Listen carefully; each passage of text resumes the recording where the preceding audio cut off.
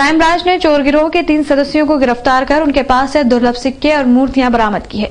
पकड़े गए एक आरोपी को दुर्लभ सिक्के जमा करने का शौक था। आरोपियों के पास से विदेशी मुद्रा भी बरामद की गई है। एएसपी क्राइम देवेंद्र पाटीदार ने बताया कि पुलिस को सूचना मिली थी कि कुछ बदमाश चोरी की वारदात में शामिल है। इस पर पुलिस ने एक टीम बनाई और टीम ने सुनील उर्फ मन्ना, हीरा पवार और एक नाबालिग साथी को हिरासत में लेकर कड़ी पूछताछ की तो उन्होंने विजयनगर और पलासिया क्षेत्र से चोरी करना कबूल करते हुए पुलिस को चुराए गए सोने के दुर्लभ सिक्के, विदेशी मुद्रा, सोने चांदी के जेवर और मूर्तियां पुलिस को सौंप दी। आरोपी मुन्ना को दुर्लभ सिक्के जमा करने का शौक था। पुलिस आरोपियों से कड़ी पूछताछ में जुटी है। को पकड़ा है और इनके द्वारा सूने मकानों के अंदर वारदातें की जाती थी। इनका एक और साथी है। ये तीनों लोग शाम के वक्त रेकी करते थे। विशेषकर रेकी में हीरा और एक उसका साथी दोनों सूने मकानों की लगातार रेकी करने के बाद में शाम को रात में ये वारदात के लिए निकलते थे।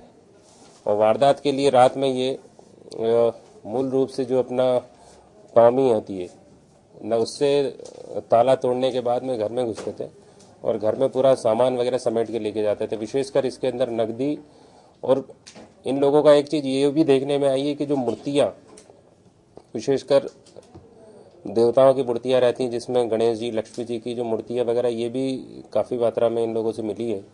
साथ ही जो भी ऑर्नामेंट्स वगैरह या पुराने सिक्के वगैरह, ये चांदी या सोने के सिक्के रहते थे, उनको भी इन लोगों ने चुराया है। स्कीम नंबर 78 में स्थित ग्लेज कंपनी के संचालक ने करीब 400 युवाओं को नौकरी का झांसा देकर लाखों रुपए ठग लिए। ठगाए युवकों ने बुधवार को गांधी प्रतिमा पर अर्धनग्न होकर प्रदर्शन किया। दिल्ली की ग्लेज कंपनी ने स्कीम नंबर 78 स्थित डायमंड कॉलोनी खालसा चौक में कंपनी का ऑफिस खोलकर युवाओं को रोजगार देने के नाम से 10 से 12 हजार रुपए लिए और करीब 400 युवाओं को इस झांसे में ले लिया। उन्हें नौकरी तो नहीं मिली, अलबत्ता संचालकों ने उन्हें बंधक बना लिया।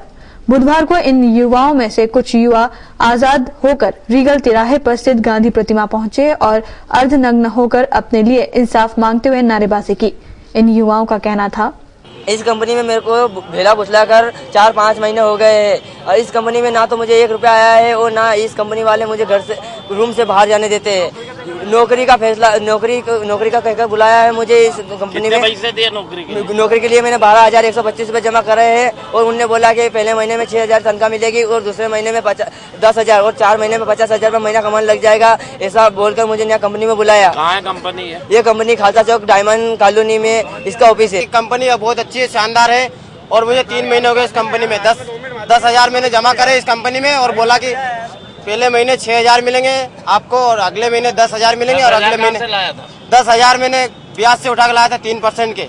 किसी से इंदौर के चंदननगर इलाके में मंगलवार की रात रुपए के लेन देन के विवाद में सूदखोर बदमाशों ने एक दंपत्ति के साथ मारपीट कर उन्हें घायल कर दिया। साथ ही उनके मकान पर कब्जा करने की नाकाम कोशिश भी की। घटना पुलिस थाना चंदननगर इलाके की है, जहां मोहम्मद इम्तियाज के घर पर हाजी मोइनुद्दीन इकबाल चंदनवाला और उसके साथियों ने जबरिया कब्जा करने की नाकाम कोशिश की और इसी बात पर दोनों पक्षों में विवाद भी हुआ। विवाद के दौरान आरोपियों ने मोहम्मद इम्तियाज के साथ ही उसकी पत्नी जुलेखा खातून के साथ जमकर मारपीट की। दरअसल मोहम्मद इम्तियाज का आरोपियों से पुराना रुपए पैसे को लेकर लेन देन है, जिसके कारण दोनों ही पक्षों में आए दिन विवाद होता रहता है। और सर क्या है, मैंने थोड़े बहुत ब्याज पे पैसे लिए थे, उस आधार पे उनने मेरे कम से कम 15-20 जने आए मारुति वैन पे, हीरो होंडा पे, मतलब मेरे को धमकी दी है। कौन लोग हैं, किन लोगों ने? ये हाजी मोइनुद्दीन है और उनके लड़के पहलवान है और अकबाल है चंदन वाला। क्या करा उन्होंने? क्या मारपीट करी? मारपीट करी, मेरी औरत के साथ इज्जत लूटने की कोशिश की, कपड़े उपड़े फाड़े साहब, और मेरे छोरी को भी मतलब सर फूट गया। आपकी पत्नी का नाम क्या है? मेरा पत्नी का नाम है जुलेखा खातून। आपका नाम? मोहम्मद इम्तियाज, पिता अब्दुल वहाब। चंदन नगर गए थे तो वहाँ पे क्या बोला थाने वालों? चंदन नगर वाले ने मेरी रिपोर्ट नहीं ले रहे हैं, भगा दे रहे गाली बक के। चंदननगर थाने से दंपत्ति को खाली हाथ लौटा दिया गया तो पीड़ित महिला थाने पहुंची, जहां से थाना प्रभारी द्वारा पुलिस के आला अधिकारियों से बात करने के बाद उन्हें चंदननगर थाने भेजा गया। और ये बता रही कि हमारे प्लाट के संबंधित कोई विवाद है, जिसमें हमारा विवाद हुआ है। तो चंदन नगर से यहाँ आ गई, इसे समझाइश दी जा रही है कि आपको चंदन नगर से ही कार्रवाई कर लो गए थे तो वहाँ पे इनकी कार्रवाई नहीं हुई, इनका कहना है। ये सिर्फ इनका कहना है। इस संबंध मैंने अपने अधिकारी से बात करी, मेरे अधिकारी ने बोला आप भेजिए महिला को, हम उसकी मदद करें। इंदौर के MIG थाने पर मंगलवार की रात क्षेत्र के रहवासियों ने असामाजिक तत्वों से परेशान होकर जमकर हंगामा मचाया। पूरा मामला पुलिस द्वारा बदमाशों के खिलाफ मामला दर्ज करने के बाद खत्म हुआ। मामला MIG थाना क्षेत्र का है, जहां बीती रात सुभाष धूलपुरे के बेटे प्रतीक के साथ क्षेत्र के ही शराबखोरी कर रहे जय वर्मा और मुशरिफ नामक बदमाशों ने मारपीट की, जिसे गुस्साए रहवासियों ने बड़ी तादाद में थाने का घेराव किया और जमकर हंगामा मचाया।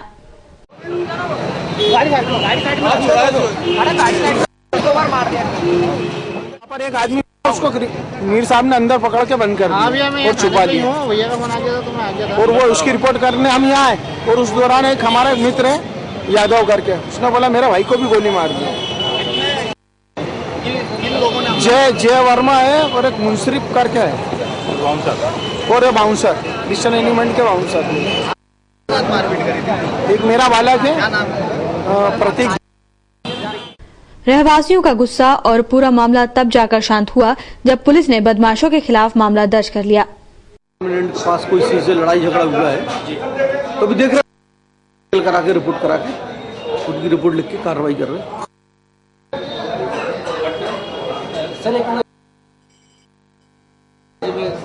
लाइफलाइन के पास गोली की घटना है सर, क्या वहीं इस इलाके में पुरानी रंजिश में बदमाशों ने एक युवक को गोली मारकर जान से मारने की नाकाम कोशिश की। बदमाशों द्वारा चलाई गई गोली युवक के पैर में लगी। घटना बीती देर रात MIG रोड पर हुई, जहां LIG तिराहे से नेहरू नगर की और अपने घर जा रहे जितेंद्र नामक युवक को बाइक सवार अर्जुन साल्वे और उसके एक अन्य साथी बदमाशों ने जानलेवा हमला किया। इस हमले के दौरान हमलावरों ने जितेंद्र पर पिस्टल से गोली चलाई, जो कि उसके पैर में लगी और वह घायल हो गया।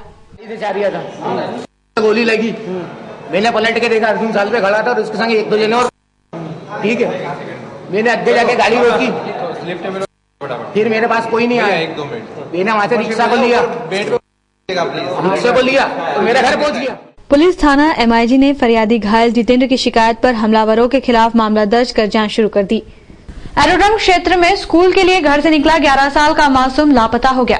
पूरे मामले में पुलिस की कार्यप्रणाली पर भी सवाल खड़े होते हैं, क्योंकि बच्चे को एक व्यक्ति थाने लेकर पहुंचा था, जिसे पुलिस कर्मियों ने घर भेजने की जगह उस व्यक्ति के साथ ही भेज दिया जो उसे लेकर आया था। अब सवाल ये उठता है कि पुलिस का इतना कर्तव्य नहीं बनता कि वो बच्चे को उसके घर पहुंचाए। पूरा मामला एरोड्रम थाना क्षेत्र के भोलेनाथ कॉलोनी का है। यहाँ रहने वाले राजेश पटेल का 11 साल का भतीजा प्रज्वल रोज की तरह 12 बजे स्कूल के लिए घर से निकला था, लेकिन शाम को जब 5 बजे वापस नहीं लौटा तो परिजनों ने तलाश शुरू की। आसपास तलाश करने के बाद परिजन स्कूल पहुंचे तो पता चला कि प्रज्वल स्कूल ही नहीं आया था। तब परिजनों ने प्रज्वल का फोटो लेकर उसकी तलाश शुरू की। तो वो डेली अकेला चला जाता है और आ भी जाता है। आज क्या हुआ? आज ये हुआ कि आज वो 11:15 बजे निकला स्कूल के लिए और स्कूल गया नहीं। वो फिर 5 बजे तक हमने उसका इंतजार किया। 5 बजे बाद और 10-15 मिनट और देखा हमने। बाद में फिर स्कूल गए तो स्कूल में जाके पता चला कि आज वो स्कूल नहीं आया। उसके बाद हमने थोड़ा ढूंढना चालू कर दिया आस पड़ोस में, अपने रिश्तेदारों में। उसके बाद कहीं नहीं मिला वो। तुम्हें क्या शंका है? कोई ले गया या कुछ?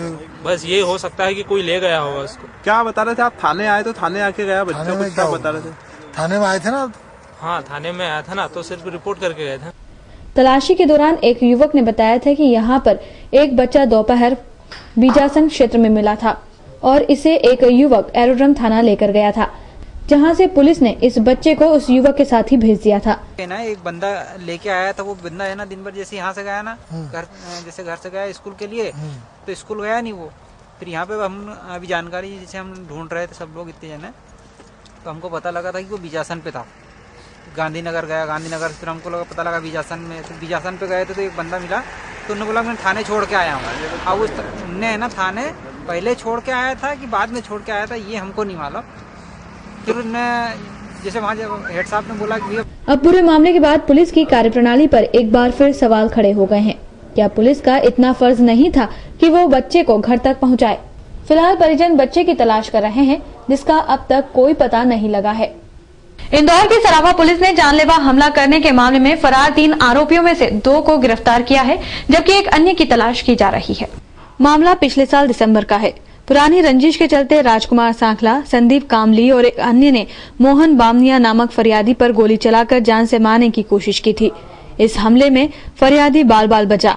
पुलिस ने जानलेवा हमले के इस मामले में राजकुमार सांखला और संदीप कामली को गिरफ्तार किया है, जबकि इनका एक साथी अभी भी फरार है, जिसकी तलाश की जा रही है। अपराध है, इसमें मोहनलाल बामनिया करके एक फरियादी था, वो अपना काम कर रहा था। उस दौरान कुछ लोग आए थे और उन्होंने उसके ऊपर फायर किया था। हमारे यहाँ मामला पंजीबद्ध हुआ और तब से, जब से मामला पंजीबद्ध हुआ तब से वो फरार थे आरोपी। शुरू में इनके नाम आए थे राजा उर्फ राजकुमार शाकला, और दूसरा है संदीप उर्फ कामली, और तीसरा जो है अभी अननोन नाम है। 3 लोग थे, 3 लोगों ने ये वारदात की थी और आज वो पकड़े गए हैं। कौन कौन पकड़े गए हैं और क्या वजह क्या थी हमले की? हमले में आरोपियों का ये कहना है कि जो संदीप है, संदीप उर्फ कामली है। मंगलवार दिन दहाड़े चोर एक बार फिर अपना काम दिखा गए। चोरों के निशाने पर इस बार भीड़भाड़ वाले इलाके में से एक नंदलालपुरा था। चोर यहां 2 मकानों में जेवरात सहित लाखों के माल पर हाथ साफ कर गए। जिस घर में चोरी हुई वहां 2 माह बाद शादी है। घटना एमजी रोड थाना क्षेत्र के नंदलालपुरा की है। चोर अब तक सिर्फ सूने इलाकों को अपना निशाना बनाते थे, लेकिन अब चोर भीड़भाड़ वाले इलाकों को भी अपना निशाना बना रहे हैं। चोरों ने सबसे व्यस्ततम क्षेत्र में से एक नंदलालपुरा में रहने वाली आशाबाई और प्रताप सिंह के घरों को निशाना बनाया। चोर दोनों घरों से जेवरात सहित हजारों रुपए की नकदी ले उड़े। 2 माह बाद आशाबाई की बेटी की शादी है, जिसकी तैयारी पूरी हो चुकी है। चोर शादी के लिए बनाए गए जेवरात भी ले गए। सोने का सब सामान चले गया, पैसा चले गया, 15,000 चले गए और चिल्लर चली गई, बहुत सारे पैसे, मतलब अनगिनत पैसे। क्या नाम है भाई आपका? आशा भाई। आशा भाई, क्या हुआ आपके यहाँ चोरी? क्या क्या मेरे यहाँ चोरी हुई, 15,000 केस चले गए और क्या नाम से 2 सोने की चेन चली गई, 2 जोड़ी कान के सोने के चले गए, मंगलसूत्र चले गया, पायजब चली गई 2 जोड़ी और पैसा चले गया मेरा घर में से। काय के लिए रख रखे थे पैसे? ये सब पैसे छोरी की शादी के लिए मैंने रख रखे थे। कहाँ गए थे आप? मैं बिस्कुट लेने गई थी। कितनी देर में आए? और ये मैं मतलब समझो 1 घंटे में आई वहाँ से। दुकानदार की दुकान पे भीड़ थी तो मैं। एमजी रोड पुलिस ने अज्ञात चोरों के खिलाफ मामला दर्ज कर उनकी तलाश शुरू कर दी है। जिला कोर्ट में दूसरे समुदाय के युवक से शादी करने का मामला सामने आने पर जमकर हंगामा मचा। कोर्ट परिसर में ही युवक युवतियों के शपथ पत्र तैयार करने वाले नोटरी की बैठक पर तोड़फोड़ की गई। यही नहीं, कुछ लोगों के साथ जमकर मारपीट भी की गई। इधर कोर्ट परिसर में बिना अनुमति के नोटरी करने वाले पर कार्रवाई की मांग को जिला जज से वकीलों के एक समूह ने शिकायत भी की। जिला कोर्ट में नोटरी की बैठक व्यवस्था पर ताबड़तोड़ की घटना होने के बाद अफरा तफरी मच गई। नोटरी के यहाँ तोड़फोड़ और मारपीट की घटना के बाद वकील लामबंद हो गए हैं।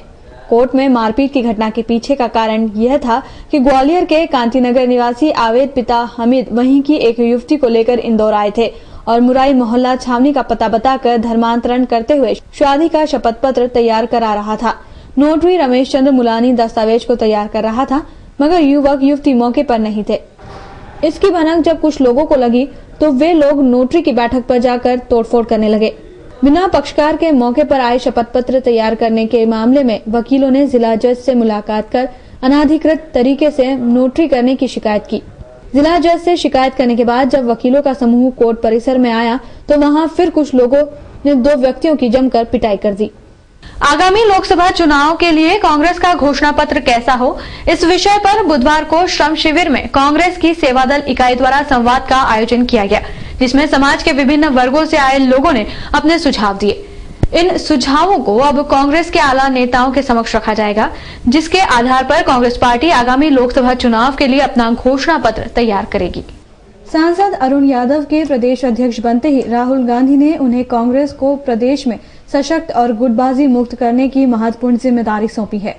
राहुल गांधी के निर्देश पर ही अरुण यादव प्रदेश भर की सभी लोकसभा सीटों का दौरा भी कर रहे हैं। साथ ही संवाद के माध्यम से आम लोगों और समाज के विभिन्न वर्गों से मिलकर आगामी लोकसभा चुनाव के लिए तैयार होने वाले घोषणा पत्र पर भी चर्चा कर रहे हैं। श्रम शिविर पर कांग्रेस की सेवादल इकाई द्वारा जन संवाद का कार्यक्रम आयोजित किया गया, जिसमें समाज के विभिन्न वर्गों ने अपने सुझाव दिए। सबसे पहले पूर्व कुलपति डॉक्टर भरत छापरवाल ने अपने सुझाव रखे, जिसमें कांग्रेस पार्टी से राइट टू हेल्थ, शिक्षा सहित लंबित रेल परियोजनाओं को पूर्ण करने की उन्होंने मांग की। उन्होंने कांग्रेस से मांग की कि इंदौर की कम से कम एक कपड़ा मिल पुनः चालू करने का जिक्र कांग्रेस के घोषणा पत्र में शामिल हो। वहीं वैश्य समाज की ओर से कांग्रेसी पार्षद अरविंद बागड़ी ने कहा कि केंद्र और प्रदेश सरकार व्यापारियों पर तमाम तरह का टैक्स लगाती है। ऐसी स्थिति में आज का युवा व्यापार करने की बजाय नौकरी की तलाश में इधर उधर भाग रहा है। इस आधार पर बागड़ी ने सुझाव दिया कि केंद्र सरकार विभिन्न तरह के टैक्स की बजाय बोहरा समाज की ओर से मजहर हुसैन ने कहा कि केंद्र सरकार अल्पसंख्यकों की विभिन्न योजनाएं चलाती है। उन्हीं में से किसी एक योजना का नाम बोहरा समाज के धर्मगुरु डॉक्टर सैयदना साहब के नाम पर करें, जिनका इंतकाल पिछले महीनों मुंबई में हुआ था। 348 तरह की जीवन रक्षक दवाओं के दाम आधे से भी कम कर दिए, जिससे करोड़ों लोगों को फायदा हुआ। लेकिन यह मुद्दा कांग्रेस को भुनाना नहीं आता। ऐसे में कांग्रेस इस मुद्दे को भुनाए और लगभग 150 ऐसी और दवाएं हैं जिनके दाम सरकार कम करके आम लोगों को खासा फायदा पहुंचा सकती है। हालांकि पूरे कार्यक्रम की मेजबानी जिला सेवा दल द्वारा की गई थी, जो अपने बेहतर अनुशासन के लिए जानी जाती है। लेकिन आयोजन सिर्फ सेवा दल का न होकर कांग्रेसियों का भी, इसलिए पूरे आयोजन के दौरान जमकर अनुशासनहीनता दिखाई दी और मंच पर बैठने की होड़ मची रही। Right to education, right to health, तमाम चीजें यहाँ पर लोगों ने बताई है। तमाम जो साथियों ने कहा किया हुआ है, हम लोग तमाम लोग इसका एक प्रारूप बनाकर इसका नोट बनाकर आगे राहुल गांधी, ठीक है। इसके अलावा भी कोई अगर अपना सुझाव लिखित में देना चाहता है, मुझसे आगे जरूर मिलना चाहता है, डेलीगेशन आना चाहता है, डेलीगेशन प्लेटफॉर्म से मिलने के लिए आ रहा है, एक ब्राह्मण समाज का डेलीगेशन मिलना चाहता है, तमाम लोग व्यापारी संघ के मिलना चाहते हैं और अदर हमारे एसोसिएशन हैं इस मध्य प्रदेश के इंदौर के आसपास के, वो अगर आपको कोई मांग रखना चाहते हैं तो निश्चित रूप से आपका स्वागत है। मेरा ईमेल आईडी अवेलेबल है mp@arun.gmail.com, आप उस पर सुझाव भेज सकते हैं। हमारे मध्य प्रदेश कांग्रेस कमेटी की भी एक वेबसाइट है, उस पर आप सुझाव भेज सकते हैं। अखिल भारतीय कांग्रेस कमेटी की वेबसाइट है, उस पर डायरेक्ट आप सुझाव भेज सकते हैं। सेवा दल की वेबसाइट है, उस पर सुझाव भेज सकते हैं। आप सीधे राहुल गांधी की जो भी पत्र लिख सकते हैं, आपका स्वागत है। हम चाहते हैं कि अगली सरकार जो इस देश में बने उसमें आप लोगों की भागीदारी हो। ये कांग्रेस आप सब यहाँ पर बता रहे हैं। मैं आप सबका और प्रदेश कांग्रेस कमेटी की ओर से, सेवा दल की ओर से, हमारे प्रदेश इकाई और इंदौर इकाई की ओर से आपका बहुत स्वागत करता हूँ। और जो चीजें आपने कही है, बताई है, हमको नोट कराया है, निश्चित रूप से इस पर हम लोग आगामी काम करेंगे। हमारे सिख समाज के साथ में बहुत महत्वपूर्ण बात बताई है, निश्चित रूप से इसके बाद कराया जाएगा। बहुत धन्यवाद।